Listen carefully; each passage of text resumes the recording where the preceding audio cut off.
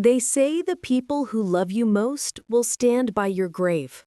But when Elizabeth died, the man who cried the loudest was a stranger, or so everyone thought. Elizabeth was only 27 when her life ended. The church was full. Family, friends, co-workers, all gathered to say goodbye. People whispered about how young she was, how unfair life could be.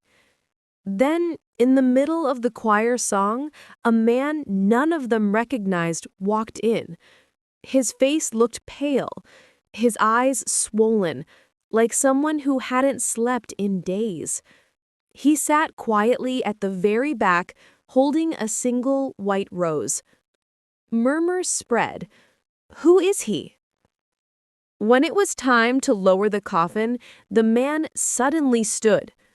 Each step toward the grave looked heavy, painful, and then, right there in front of everyone, he dropped to his knees and sobbed like a child. Elizabeth's mother cried out through her tears, "Who are you? Why are you crying for my daughter?" The cemetery went still. Through broken sobs, he whispered, "Because she saved my life." A soft gasp moved through the crowd. He began to speak, his voice shaking. A year ago, he said he'd almost given up on life. He was jobless, heartbroken, and completely alone. That night, he'd planned to end it all. But while sitting on a park bench, a stranger stopped and sat beside him. Elizabeth. She didn't know him, but she saw his pain. She talked to him like she'd known him forever. She told him not to give up, he said quietly.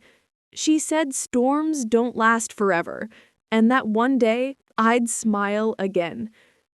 That night, he changed his mind. He chose to live. I never saw her again, he continued. Not until now.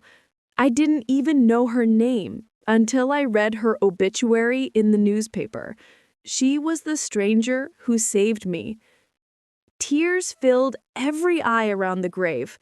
Elizabeth's mother fell to her knees, realizing that in her short life, her daughter had touched someone so deeply she'd unknowingly saved him. The man placed the rose gently on the coffin and whispered, "Rest well, Elizabeth. I'll carry your kindness forever." Then he turned and walked away. Some people die young. Some are forgotten.